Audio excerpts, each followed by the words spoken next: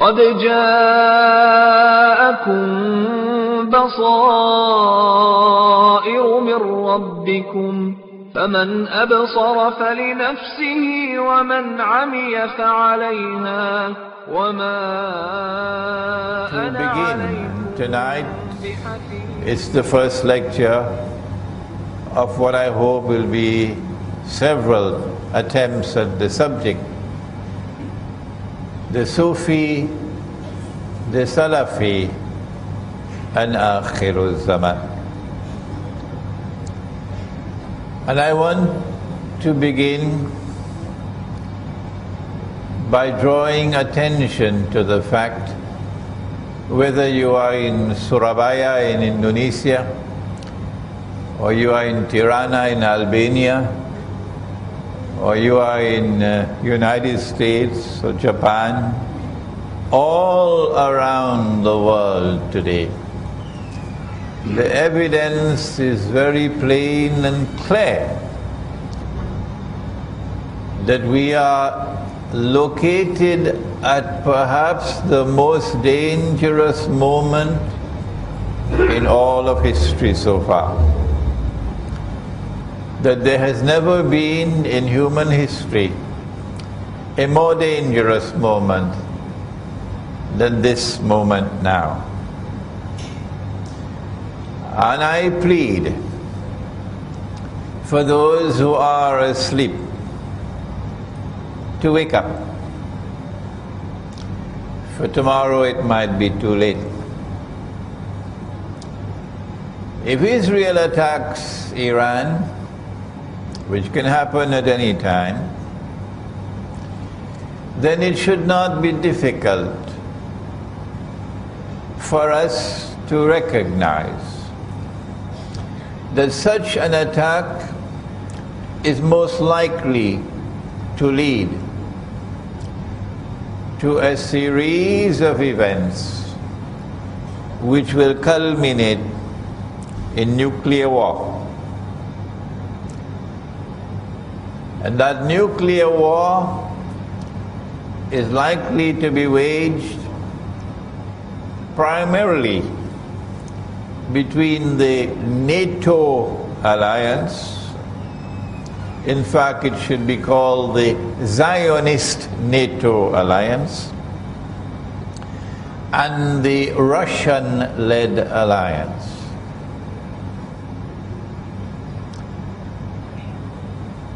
If that nuclear war takes place,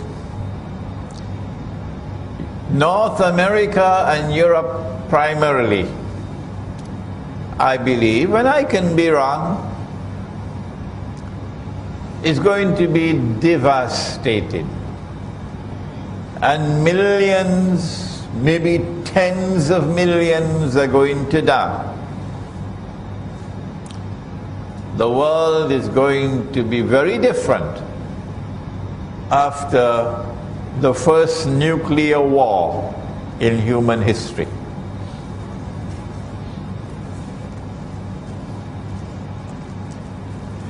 That war will be waged because the Zionists are provoking it. And the Zionists are provoking it, they are pig-headed in their obsession in pursuing a certain goal of ruling the world, of establishing their political and economic dominion over all of mankind, so that Israel might become the ruling state in the world, succeeding the United States of America. From where has Imran Hosein got this analysis? I've got it from akhir zaman. That's where I got it from. And we don't have long to wait to determine whether this description of events which are now about to occur is accurate or not. The same Imran Hosein, And I'm not mentioning my name in pride. وَنَعُوذُ بِاللَّهِ مِنْ هَذَا. Any scholar who has pride, Allah will take away his knowledge. The same Imran Hosein, who 15 years ago warned that the US dollar is going to collapse. Those who know me for the last 15, 16, 17 years would know that I am speaking the truth. That the US dollar is going to collapse, and that is going to bring down the American economy, that it is going to bring down all the bogus and utterly fraudulent and haram. Let me repeat it 3-4 times. Haram, haram, haram. Paper money. And there is going to be chaos in the world. And we are now at the doorstep of that. Because if an attack is launched on Iran, within hours the price of oil is going to be rising phenomenally. Is that so difficult to understand? And a phenomenal rise in the price of oil and of gold spells death for the US dollar. Where did I get this knowledge from? I ask you tonight. Was it an angel that was whispering to me 15, 16, 17 years ago that this is going to happen to the US dollar? No. I got it from my study of Islamic eschatology, ilmu akhir zaman. And so I plead today with the ummah of Nabi Muhammad alayhi salatu wasalam to listen. Listen. We are living in akhir zaman. We are living at a very dangerous moment in our history, when Israel is going to attempt to replace the United States as the next ruling state in the world. Is this the time for us to be divided and fighting with each other? The Sufi with the Salafi, and the Salafi with the Sufi? When Allah commanded in the Quran, وَاعْتَصِمُوا بِحَبْلِ اللَّهِ جَمِيعًا, hold fast all of you to the rope of Allah, وَلَا تَفَرَّقُوا, and do not be disunited. We cannot unite the whole ummah, but we can try to unite those whose hearts are in the right place. Is this akhir zaman?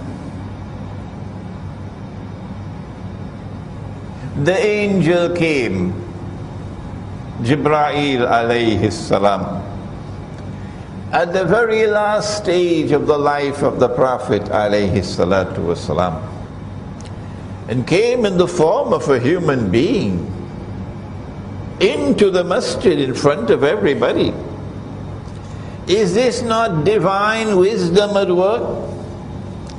That Allah should send Jibreel alayhi salam as a human being in plain view of everybody? And the angel asked the 5 questions, 2 of which pertain to akhir zaman. And the last question was, tell me, O Muhammad sallallahu ta'ala alayhi wa sallam, what are the alamatus sa'a? What are the signs of the last hour, of akhir zaman? And did he not say that you will find the naked barefooted shepherds. Naked, barefooted, so they're poor. They're poor.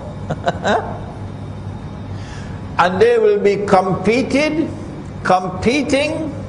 in the construction of tall buildings. I wonder where they're going to get the money from.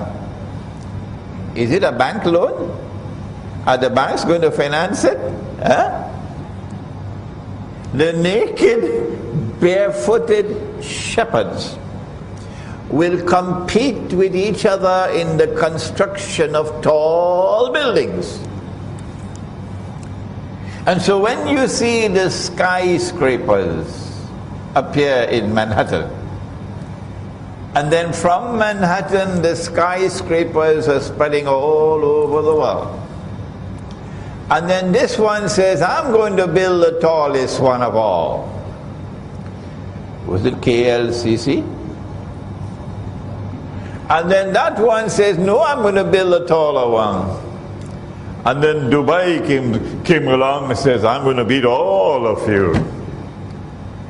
And now Jeddah says, wait, you'll see. Huh?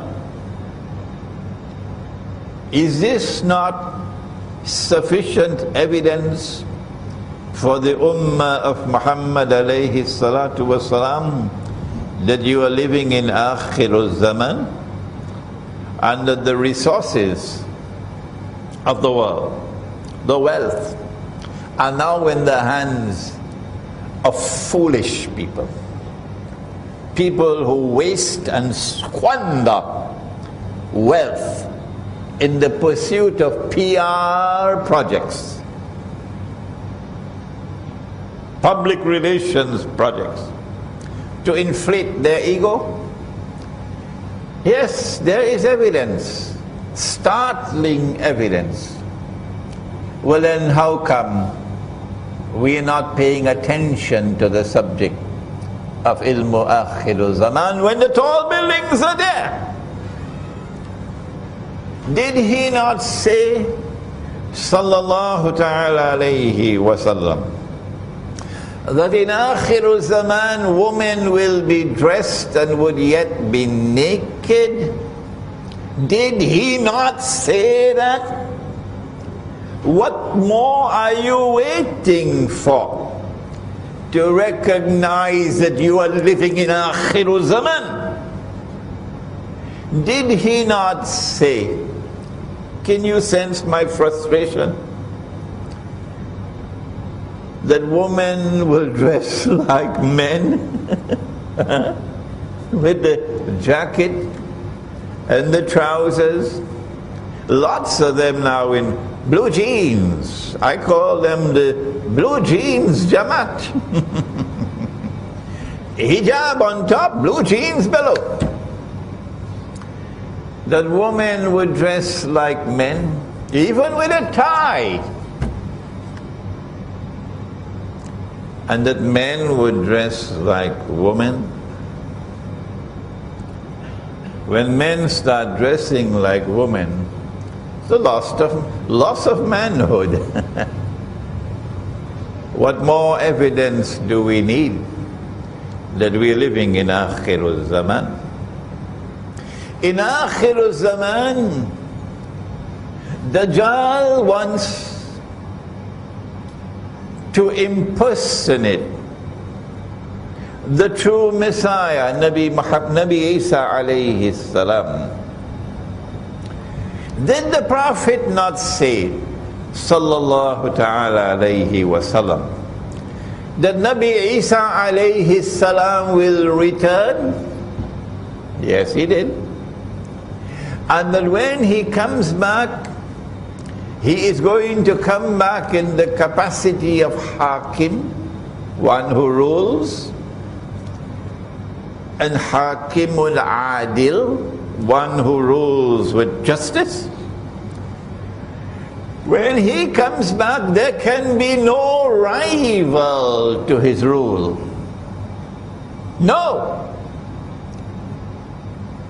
The Security Council of the United Nations cannot impose their authority over Nabi Isa alayhi salam. No, you must be nuts. And so when he comes back, his will be the supreme power, the supreme rule in the world. Is this so difficult to us understand? And this is what Dajjal wants to do, because he wants to impersonate the true Messiah. If Dajjal is to rule the world, he has to do it from Jerusalem in order to convince Banu Israel that he is indeed Al-Masih. He has to do it from a Jerusalem which is the capital of the holy state of Israel.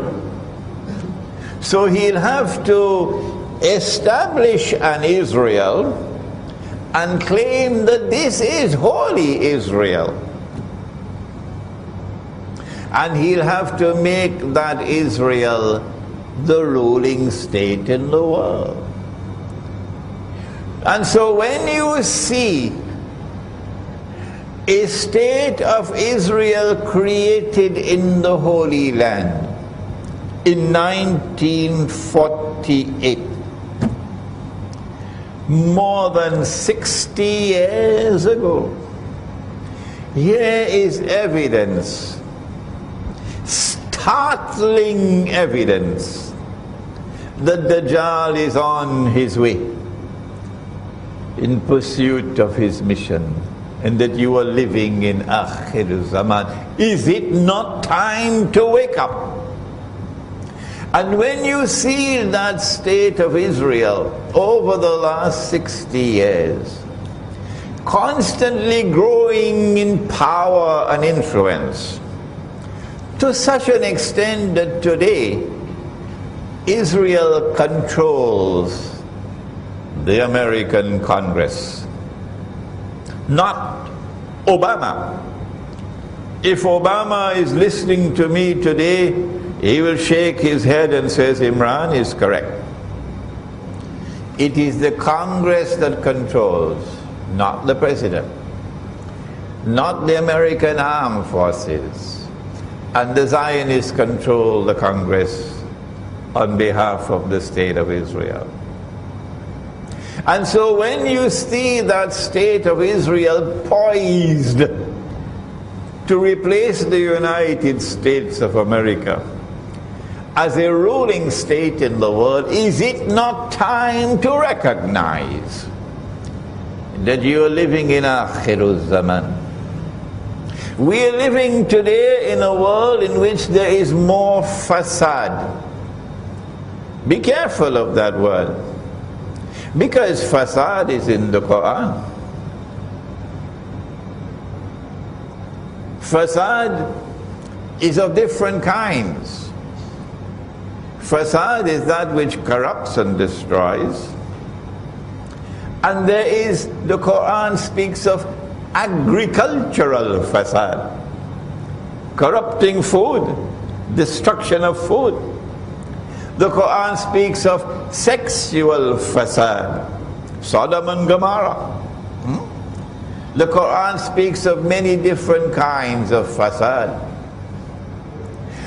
Perhaps the most dangerous one of all is fasad in money.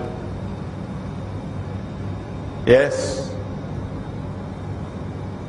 Nabi Muhammad alayhi salatu wasalam spoke about riba.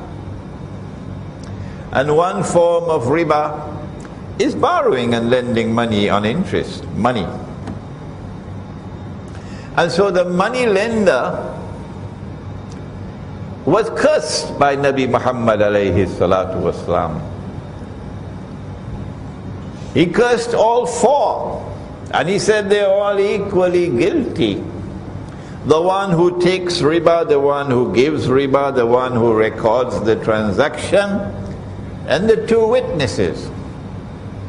And the very last revelation to come down in the Quran was one in which Allah declared war on the moneylender. فَأَذَنُوا بِحَرْبٍ مِّنَ اللَّهِ وَرَسُولِهِ. And Nabi Muhammad alayhi salatu wasalam waging war on the moneylender. But the Prophet sallallahu ta'ala alayhi wasallam prophesied that the time will come when you will not be able to find even one person, not one, in all of mankind who will not be consuming riba. And if anyone were to claim that he is not consuming riba, verily the dust of riba would be upon him. Verily the vapor of riba would reach him. Are we not living today in a world in which the money lender controls the economy? It is called the bank. Is there not riba all around us today? And therefore the curse of Nabi Muhammad alayhi salatu wasalam all around. What more evidence do we need that this is akhir zaman? But there is another form of riba.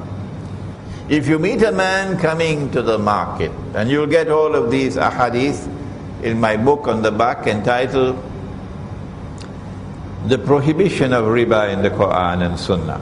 It's also on my website. If you meet a man coming to the market to sell his goods, truckload of durian, and you buy his durian, I don't think people in France will know what is durian, and the Pakistanis won't know what is durian, but in Southeast Asia it's called the king of all fruits. It's a fruit. And you buy his durians from him before he could enter into the market. And when he enters the market, he realizes he could have gotten a better price in the market. Nabi Muhammad alayhi salatu wasalam said, that's riba. The Americans have a pretty phrase to describe it. The Americans say, you ripped him off. A transaction based on deception, through which you get a gain or a profit to which you are not justly entitled. A rip-off. Today we have abandoned the Quran. Whether you are Sufi or whether you are Salafi, it makes no difference. We have abandoned the Sunnah. Whether you are Sufi or whether you are Salafi, it makes no difference. So you better listen to your brother Imran. And we have accepted that the enemy could make haram what Allah made halal, and that is shirk. Allah made the dinar halal. Allah made the dirham halal. It is in the Quran. Both the Sufi and the Salafi better go to the Quran and find it. And today the International Monetary Fund has made it haram. Dr. Mahathir didn't know that. He was surprised to find that the Articles of Agreement of the International Monetary Fund, the Zionist International Monetary Fund, prohibit the use of gold as money. And all the Ummah of Muhammad alayhi salatu wasalam, whether you are Sufi or whether you are Salafi, it made no difference. We all accepted that they could make haram what Allah made halal. And we are stuck with the paper. And the paper is haram, haram, haram. Which Sufi scholar has declared it is haram? You could probably count with your fingers how many there are. Which Salafi scholar has declared it is haram? You could probably count with your fingers of one hand, if there are any. I hope that there are some, inshallah, but I may not have heard about them. This is riba. As the paper money falls in value, you are ripped off. Wait, until the US dollar collapses and you see what's going to happen in the world. And so here is evidence, startling evidence, that there is fasad in the economy. Not just agricultural fasad with genetically modified food, not just electronic fasad with the radiation from cell phones damaging the male chromosomes so that tomorrow no baby boy is going to be born. And so the prophecy will be fulfilled that one man would have to maintain 50 women. That's akhir zaman. Not just political fasad, and I wish I had the time to explain the political fasad, but fasad in the economy as well. Fasad everywhere you turn. What is it that explains this universal fasad? The Quran tells us, Inna ya'juja wa ma'juja mufsiduna fil ard. That Gog and Magog have PhDs in fasad. And when Allah releases them, حَتَّى إِذَا فُتِحَتْ يَأْجُوجُ وَمَأْجُوجُ وَهُمْ مِنْ كُلِّ حَدَبٍ يَنْسِلُونَ. They're going to spread in all directions. And they will bring universal fasad to the world.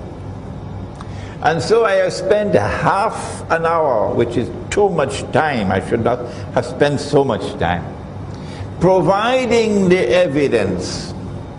And there is so much more, that we are living in akhir zaman. And this is the time, this is the age of the greatest fitna that mankind will experience from the time of Adam alayhi salam to the last day. And so this is the time for us to be closing our ranks, to be living as a brotherhood with love for each other, to be building our power, internal power and external power. And it is time to end this warfare.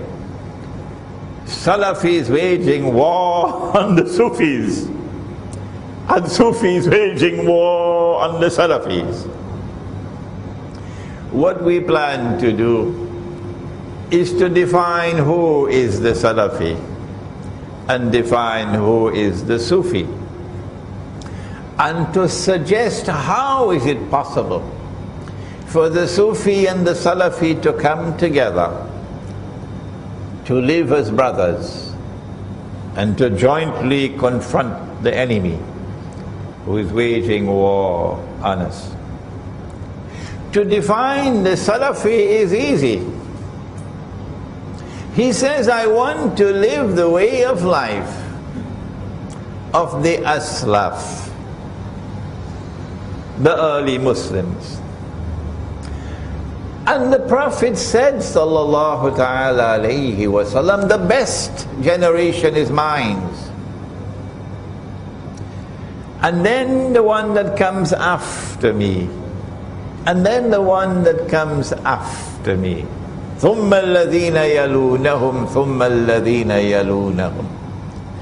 These three generations are referred to as the Aslaf. And the Salafi says, I want to return to the way of life of the Aslaf. This is something to be respected. This is something to be admired. This is something to be applauded. Particularly when Nabi Muhammad alayhi salatu wasalam warned about akhir zaman. Yushiku, hadith of Tirmizi, Yushiku an ya'ti ala an-nasi zaman. It will not be long before that time will come. لا يبقى من الإسلام إلا اسمه. When nothing will remain of Islam but the name. ولا يبقى من القرآن إلا رسمه. And when nothing will remain of the Quran but the traces of the writing. مساجدهم عامرة وهي خراب من الهدى. In that age, akhir zaman, the masajid are going to be grand structures, but devoid of guidance. Ulama'uhum, and the ulama of those people at that time, the religious scholars of Islam, شر الناس ممن تحت أديم السماء من عندهم تخرج الفتنة وفيهم تعود, will be the worst people beneath the sky. From them will emerge that which will be fitna, and they will become the centers of fitna, corrupting the people, bringing about divisions, disunity, a betrayal of the deen. And so the Salafi says, I don't want to go that way. I want to return to the original deen. And this is something commendable. When you go to the true Salafi, when you go to the jama'ah of the true Salafi, to the extent that they are faithfully following the Aslaf, you will see something of how they used to live at that time. But I asked the Salafi, did the Aslaf use paper money? I don't think so. No, I think they'll take the paper money and throw it in the toilet.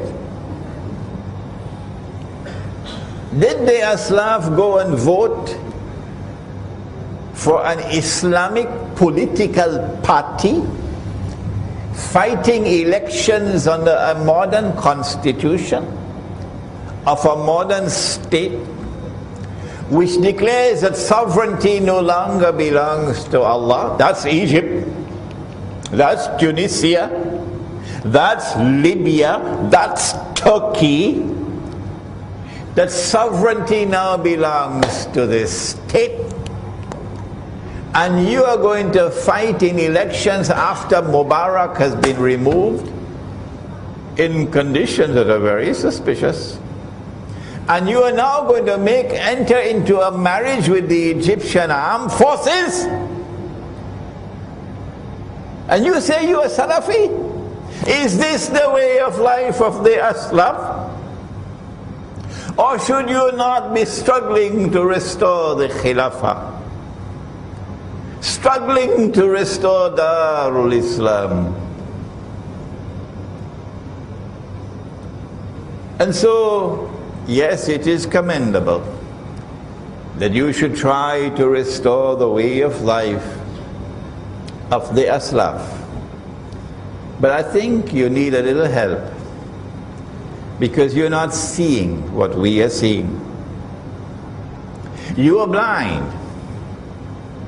You are blind to the traps which have been laid for you in the modern age. You are following the Aslaf externally. Why don't you look at the Aslaf internally? Did the Prophet sallallahu ta'ala alayhi wasallam not say, and my teacher of blessed memory, Maulana Dr. Muhammad Fadlur Rahman Ansari rahimahullah, taught us when we were students in Pakistan, in Karachi, at the Alimia Institute of Islamic Studies. That's where I learned from him. And he repeated this hadith so often, that Nabi Muhammad alayhi salatu wasalam warned. He said, ittaqu firasat al-mu'min فَإِنَّهُ يَنْظُرُ بِنُورِ اللَّهِ. Fear the firasa, that wisdom which comes from internal, intuitive, spiritual insight. Fear the firasa of the mu'min. For when he sees with the nur of Allah. And that is sufi. That is tasawwuf. And it is time for the Sufis to be reminded about that. Because they are also using the same paper money. And they are also voting in elections. Every election they are voting. And yet they say we have the right Islam. And those fellows, they are wrong. What is Sufism? We have just another 2 minutes to introduce the subject of what is Sufism. The angel came and asked 5 questions. You remember? Number 5 was the alamatus, the signs of the last day. But question 1 was, what is Islam? And question 2 was, what is Iman? And then question 3 was, what is al-ihsan? And we heard an answer we never heard before. First time we ever heard this. When the Prophet said, alayhi salatu wasalam, that al-ihsan is an ta'abud Allah ka'annaka tarah. That you should worship Allah, that you should serve Allah as though you were seeing Him. But it is not possible to see Him with these eyes. Lan tarani, says Allah in the Quran. Lan tarani, not with these eyes, you can never see me. But yes, with the heart you can see. فَإِنَّهَا لَا تَعْمَى الْأَبْصَارِ, says Allah in the Quran. It's not these eyes that are blind. وَلَكِنْ تَعْمَى الْقُلُوبُ الَّتِي فِي الصُّدُورِ. What is blind is the heart which is inside your chest. When faith enters into the heart, then nur enters into the heart. And then the heart can see what otherwise cannot be seen. That is Sufism. That is tasawwuf. And that is the highest stage of religion. Personally, I wish the word Sufism had never been invented. My life would have been easier. That we never had the word tasawwuf, my life would have been easier. All that we needed is al-ihsan. To be able to see with the heart that worships Allah what otherwise cannot be seen. Let us now interrupt for the azan of Isha. Bismillahi awwaluhu wa akhiruh. I wish that the word tasawwuf had never been invented. That the word Sufism, which is an English word, had never been invented. Life would have been easier. We didn't need this terminology. When we had the word al-ihsan. Al-ihsan is to worship Allah and to serve Allah as though you are seeing Him with the eye of your heart. فَإِن لَمْ تَكُنْ تَرَحْ فَإِنَّهُ يَرَى. If you have not reached that stage as yet where you can see with the internal eye and worship Him, then at least this you should recognize that He is seeing you.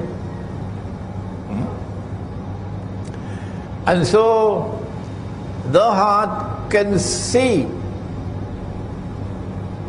but the heart can only see when there is faith.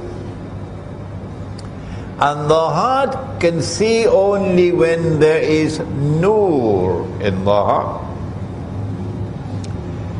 And in Ayatun Nur, which is ayah number 35 of Suratun Nur, surah number 24, Allah says, بعد أعوذ بالله من الشيطان الرجيم يهدي الله لنوره من يشاء. Allah guides to His nur whomsoever Allah chooses. So it is Allah to choose. No, we can't choose. There is no way by which we can learn and get the nur. It is when Allah chooses a servant, He will give to that servant nur. And with that nur, he'll be able to see what otherwise cannot be seen. اتقوا فراسة المؤمن فإنه ينظر بالنور الله. And Nabi Muhammad alayhi salatu wasalam warns, he warns. Fear, the firasa, the wisdom built on internal, intuitive, spiritual insight. Fear the firasa of that mu'min. Fear it. Who when he sees with the nur of Allah, what is the status of that nur?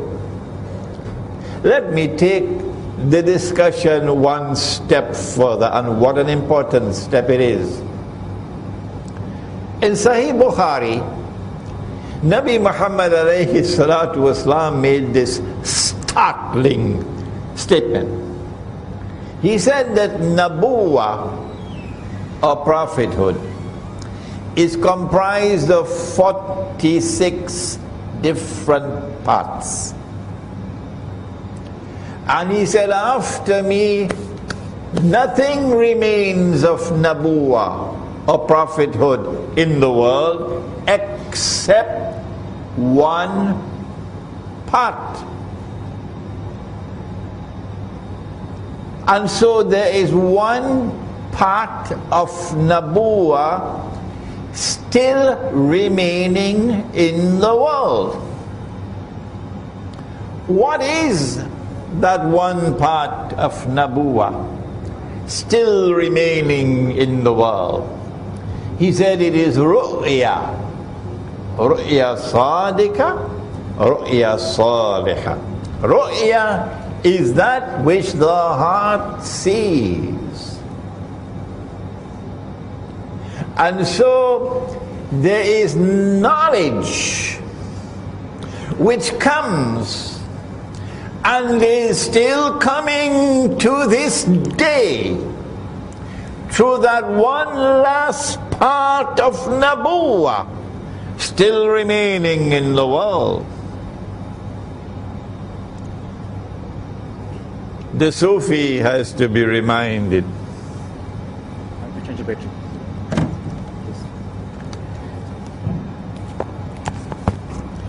The Sufi, our brother, the Sufi has to be reminded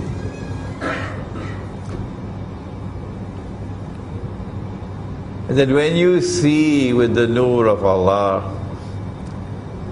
then you can be blessed with ru'ya, vision, insight. Every scientist in the world knows that all major discoveries in science came after you had done your homework through insight.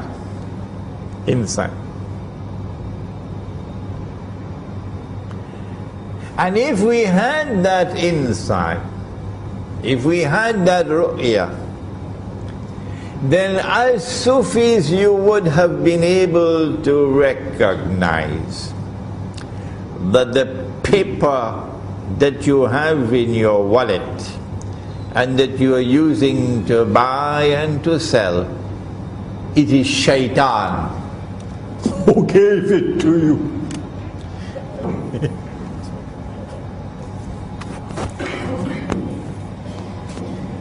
And shaitan was working, and he was also drawing overtime pay. Shaitan was working for Dajjal. And the paper money that you have in your pocket is Dajjal's money in your pocket. And so it's time to wake up. If you say you are Sufi, it's time to wake up and ask, well, how come I was taken for a ride? How come I never recognized what was happening in the world of money? How come I never recognized what was happening in the political system? That the Khilafah state was replaced by this godless creature built on shirk, which says that sovereignty no longer belongs to Allah. He is not Al-Malik. The state is now Al-Malik. How come we didn't see that? And you went and you voted in elections for Tom, Dick and Harry and Benazir and Khalida and whoever they were. Like cattle. And you're fighting with the Salafi saying, we are the Sufi. Is it not time to wake up and stop the fighting? The Salafi, however, now we have to turn to a more difficult part of the subject. The Salafi insists that there is no new knowledge of the deen. No. That we are not allowed to interpret anything in the Quran and anything in the ahadith differently from that which has come to us from Allah and His Messenger and from the Aslaf.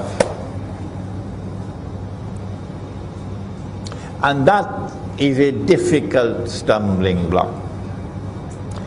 And when we make a critical comment on the Salafis, and I hope the Sufis are listening to me, notice that I don't do it with boxing gloves.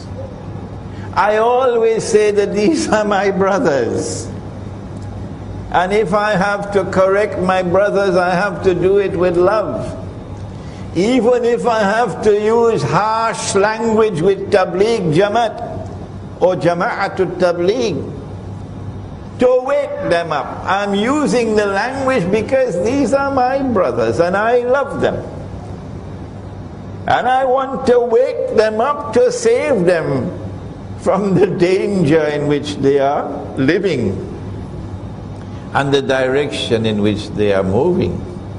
And so I plead with the Sufis that if you have to offer critical comments about your Salafi brothers, do it in such a way that you will not divide the Ummah, that they will not have an excuse to say you're waging war on them. No.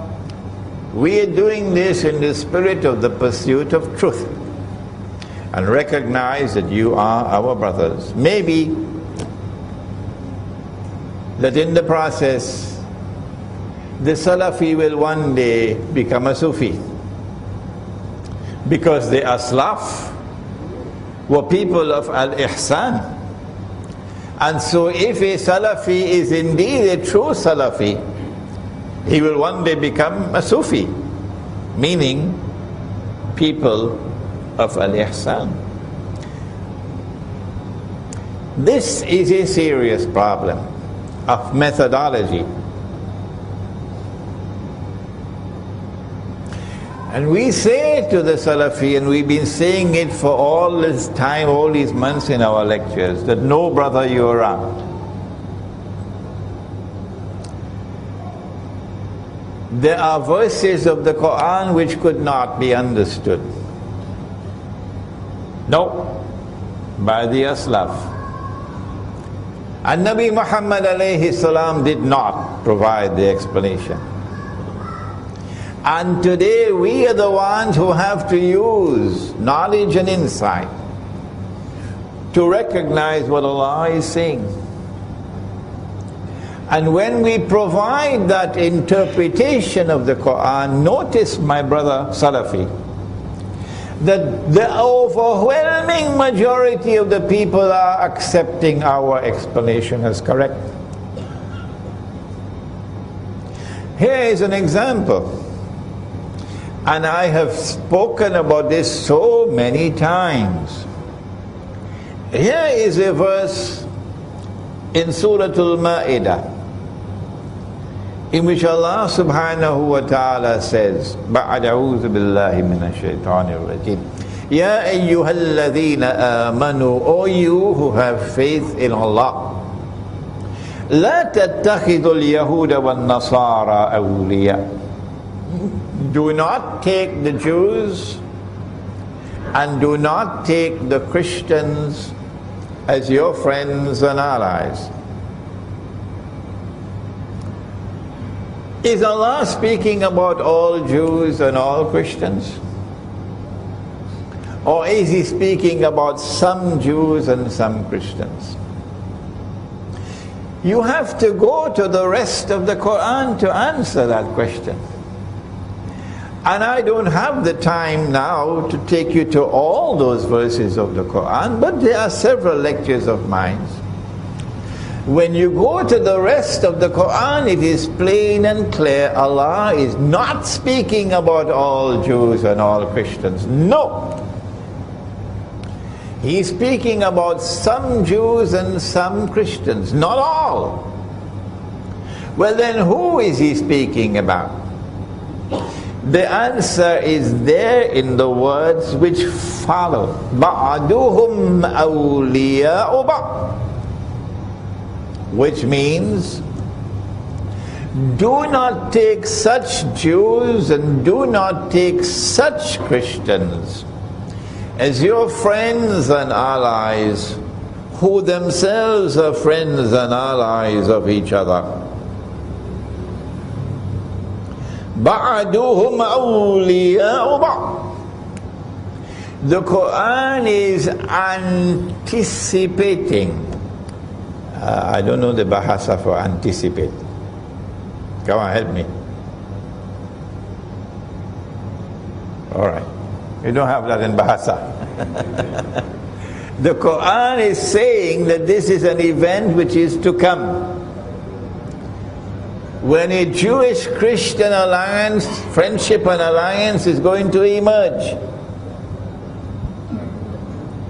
When that Jewish-Christian alliance emerges, you Muslims are prohibited from being their friends and allies.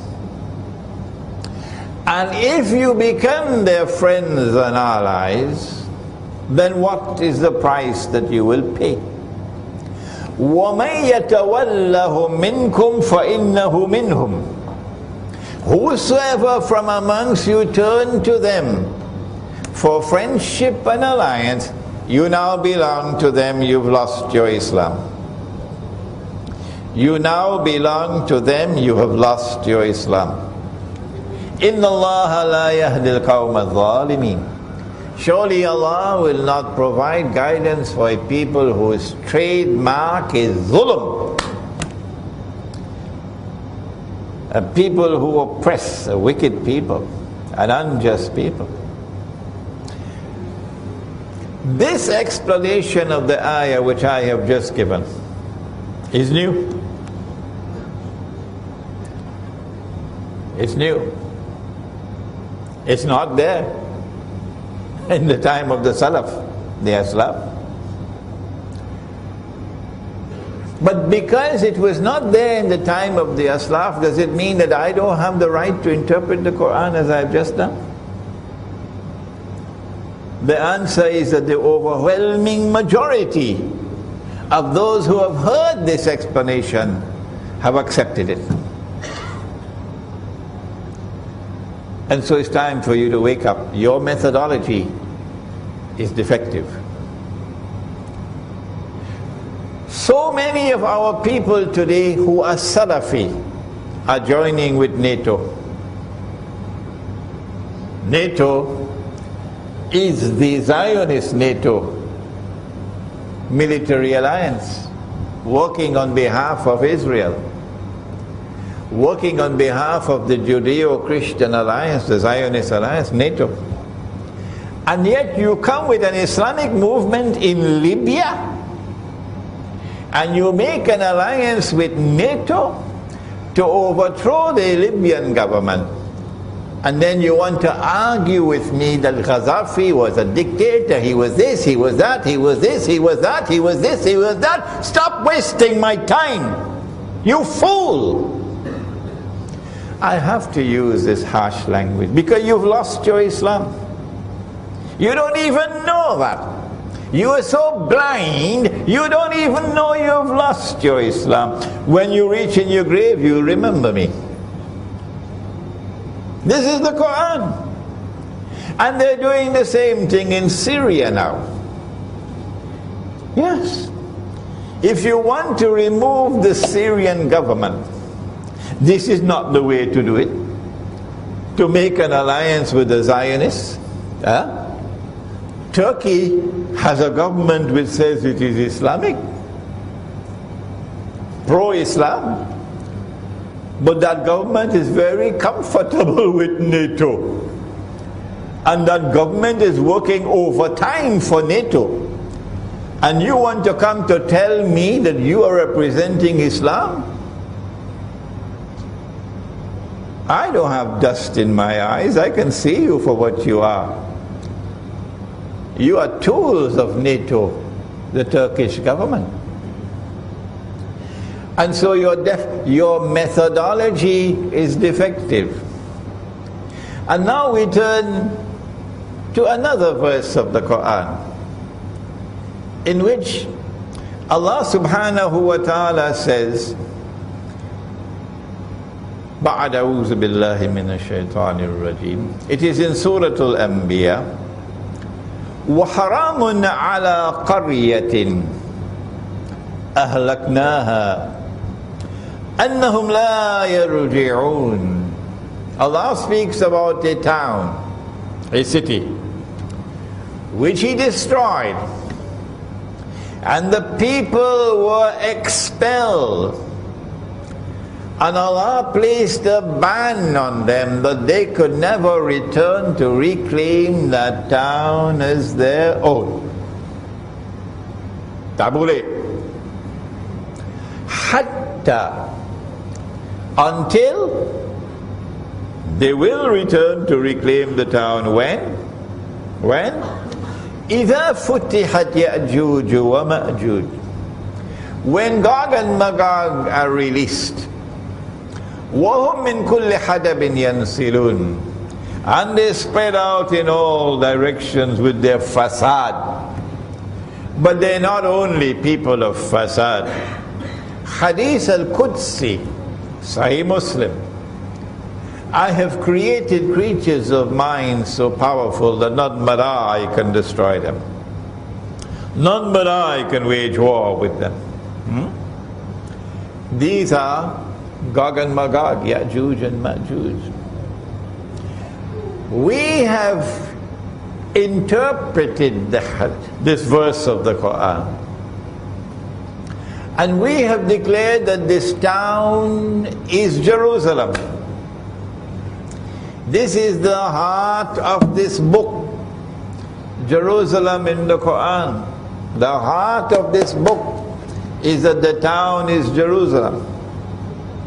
This book became a bestseller 10, 11 years ago. And after 11 years, it is still a bestseller. And it is translated into probably about a dozen languages by now.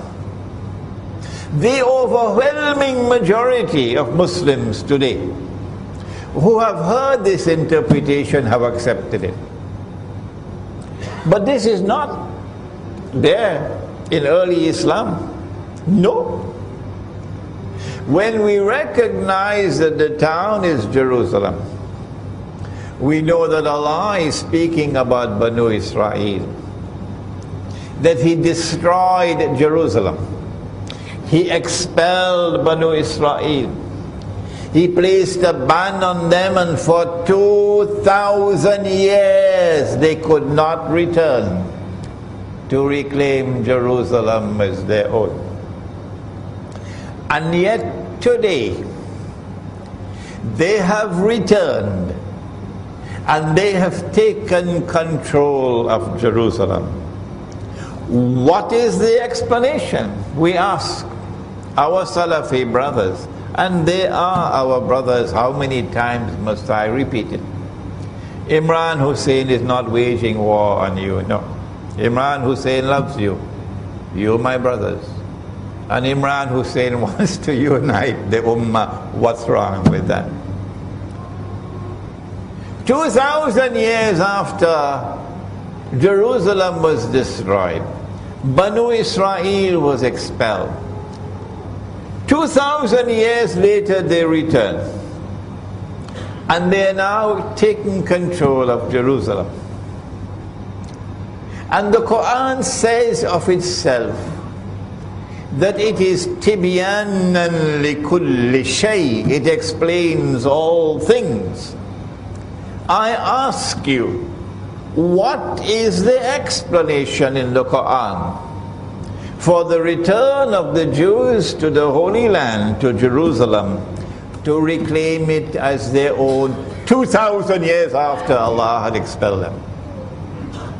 And I say to you, brother, this is the explanation in Surah Al-Anbiya. And the overwhelming majority of the Ummah is accepting this explanation. You being left behind. All that I'm asking you to do is to look again at your methodology and recognize that there is new knowledge that comes. And with that new knowledge you can understand what previously could not be understood. I'm running out of time. I would have loved to go on to some more verses of the Quran, but I have to go to the ahadith before we can end. I don't want the Imam to stop me before I give you some ahadith. The Prophet said, sallallahu ta'ala alayhi wasallam, that Dajjal will ride on a donkey. The donkey would travel as fast as the clouds. The donkey will have his ears stretched out wide. We have interpreted the hadith to say that that donkey is already here. That flying donkey is already here. It's the modern aircraft. And the overwhelming number of Muslims out there who listen accept that this is correct. But you insist, because this was not expressed by the Aslaf, you insist as Salafi with this defective methodology that you have to wait for the flying donkey. Brother, you're waiting in vain. And I'm using the first person now. I'm speaking to you with love wherever you are in the world. Your methodology is defective. The Sufi methodology recognizes insight, recognizes the capacity to see with nur and therefore to provide a new explanation. That's the Sufi methodology. And I got that from my teacher, who was a Sufi Sheikh. I'm going to come back to that in a moment, inshallah. The Prophet said one more hadith, just one more. There's so many more, but only one more. I know you would enjoy if I were to take so many verses of the Quran and so many ahadith, but look at the time. The Prophet said, sallallahu ta'ala alayhi wa sallam, Sahih Bukhari, Sahih Muslim, that the river Euphrates will uncover a mountain of gold. A mountain rises high up in the sky. Mountain is not a hill. A mountain rises high up in the sky. And so a mountain of gold is going to be a large amount of gold rising high up in the sky and coming out of the river. We have interpreted this using insight. And whenever we offer an interpretation, we say Allah knows best. Allah knows best. So our interpretation should not be a cause for fighting and disunity. No. You can differ with me, and yet we are still brothers. I say that he said that the believers must not touch that gold. So that wakes me up to the fact, this is symbolism. The believers must not touch that gold. A mountain of gold coming out of the river Euphrates. And he said that people are going to fight over that gold, and 99 out of every 100 would be killed. I say that mountain of gold has already come. And the word mountain here is not literal. The word mountain here symbolizes a large quantity. And it is not the metal of gold, but oil. Oil. And that oil has already come. The last 100 years have been the years of that oil, from that oil basin by the river Euphrates. But why would he describe oil as gold? You need insight here. The answer is that that oil has functioned as gold for the last 40 years, since September 1971, while the ulama of Islam have been eating roti canai and drinking teh tarik. If you have tears to weep, because he's telling us that that oil is going to be used to function as gold. And that is what happened these last 40 years. The US dollar could never have survived, could never have done all the wickedness that it did these last 40 years, if the US dollar had not become a petrodollar. What is a petrodollar?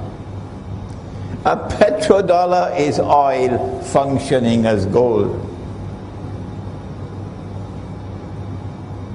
Gold is money.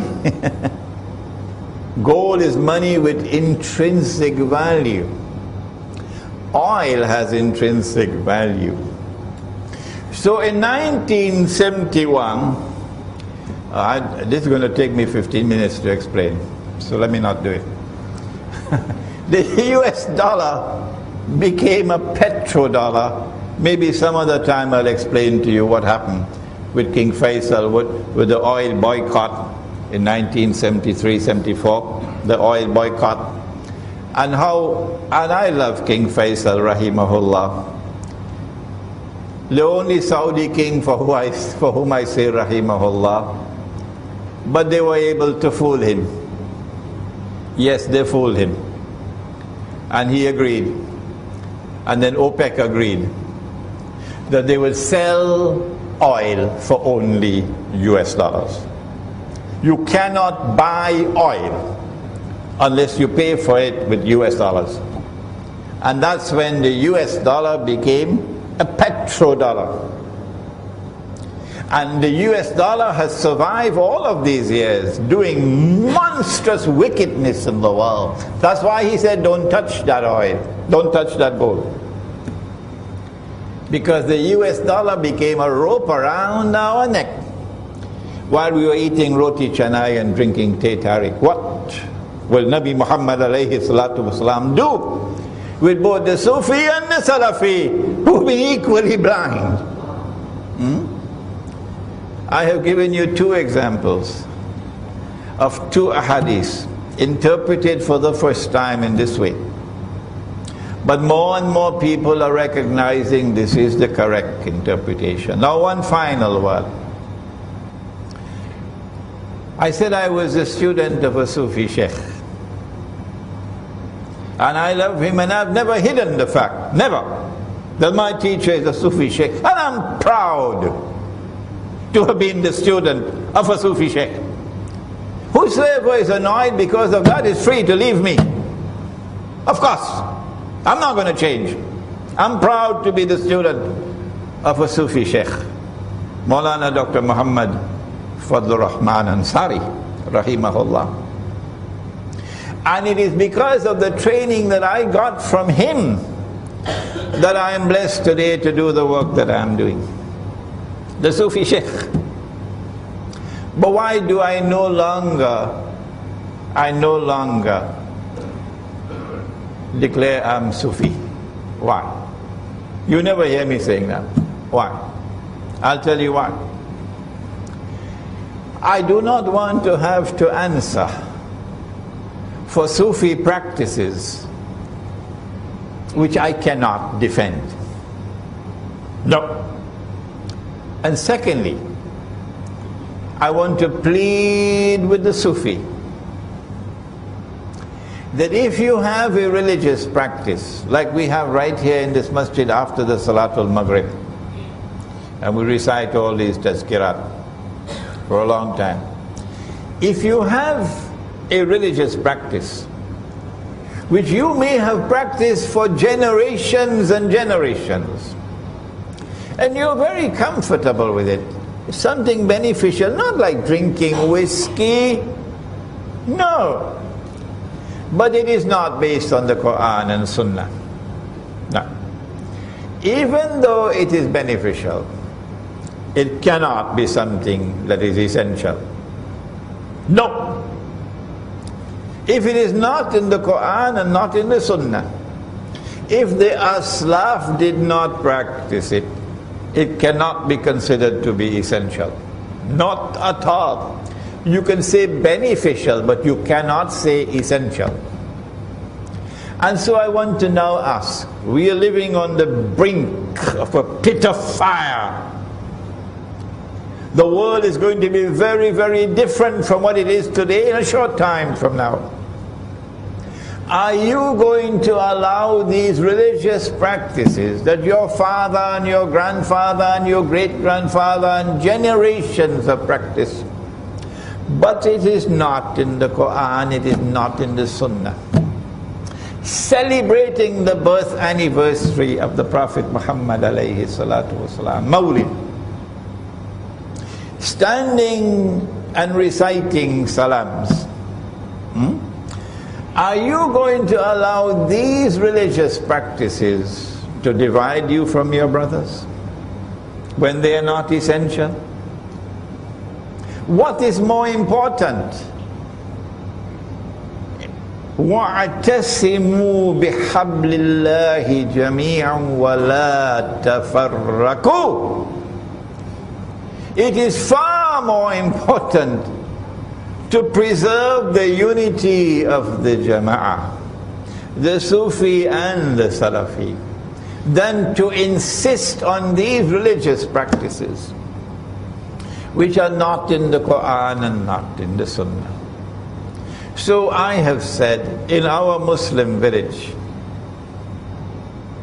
we will not allow in the masjid any religious practice which is not based on the Quran and the universally recognized Sunnah. And we will not allow it in our public life.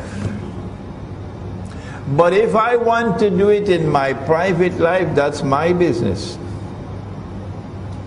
And if you come to attack me for what I do in my private life, we will throw you out of our Muslim village faster than Federal Express. And I want to suggest this is the formula for unity. The Salafi who listens to me and who has his heart in the right place will recognize this is a workable formula for unity. The Sufi who listens to me and who has his heart in the right place would recognize that this is a workable platform, a workable formula for unity. And so now we end by reminding that we are living at a moment of more danger than ever before in our history. Tomorrow the world is going to be very, very different. It's time to wake up. It's time to unite our ranks and no more fighting between us. And so let the Sufi and the Salafi come together as brothers to each other. ربنا تقبل منا إنك أنت السميع العليم وتب علينا يا مولانا إنك أنت التواب الرحيم برحمتك يا أرحم الراحمين آمين. We have time. The Imam has kindly consented for a few questions, so please let's have your questions as soon as possible. Yes. Assalamu alaikum, Sheikh Imran. You mentioned that you yourself don't refer to yourself as a Sufi anymore. So I just want to extrapolate that. Do you think it's a good advice, given the precarious nature of the world, for Muslims not to use these titles, even if you do follow a certain methodology, but to not use the title of Sufi or Salafi personally, and just qualify themselves as Muslim as a first step in avoiding the fitna that you described? It'll be a dream come true if we stop using these titles. The Salafi, if he's indeed Salafi, will grow to become a Sufi, because he'll grow to reach al-ihsan. There's no need to describe yourself as Salafi. The Sufi, if he's indeed a Sufi, would have that ihsan, that capacity to see, and would recognize the reality of the world today, and therefore the imperative of Muslim unity to unite our ranks. If we get rid of the labels, it will be helpful. My teacher, Maulana Dr. Fadlur Rahman Ansari rahimahullah, used to stand up. I don't know where he got the courage from. In India and Pakistan they use different terms. He said, I am not Deobandi, and I am not Brelvi, and I am not Ahle Hadith, and I am not Wahhabi, I am a Muslim. Those are golden words, and that's what we need for today. Any more questions? What is the greatest danger of riba? The hellfire. The hellfire. The hellfire. Because Nabi Muhammad alayhi salatu wasalam cursed the one who is, don't mind if I mention it, he's working in a bank now, but he says, I'm going to get out of the job soon. MashaAllah, MashaAllah, MashaAllah. The others who are working in banks should follow his example. Get out of that job. You're working for the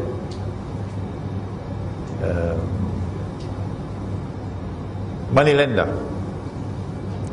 The money lender has been cursed. And you're working for the money lender.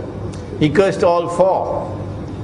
The one who takes riba, the one who gives riba, the one who records the transaction, and two witnesses. And he said they're all equally guilty.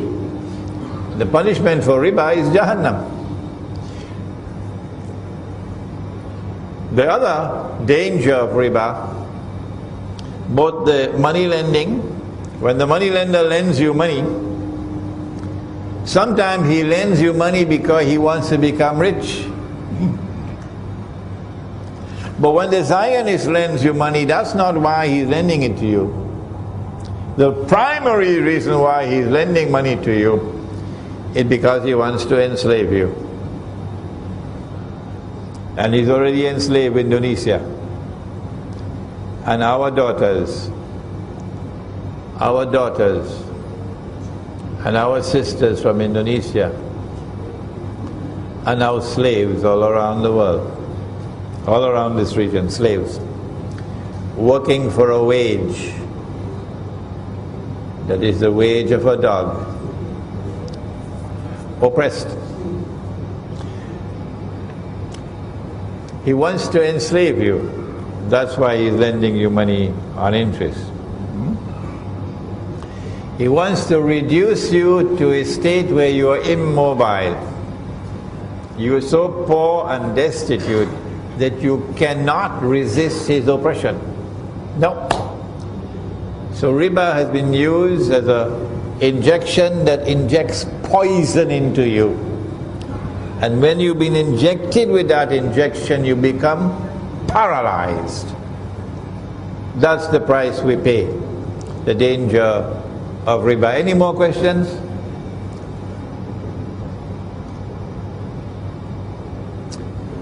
No more questions, okay?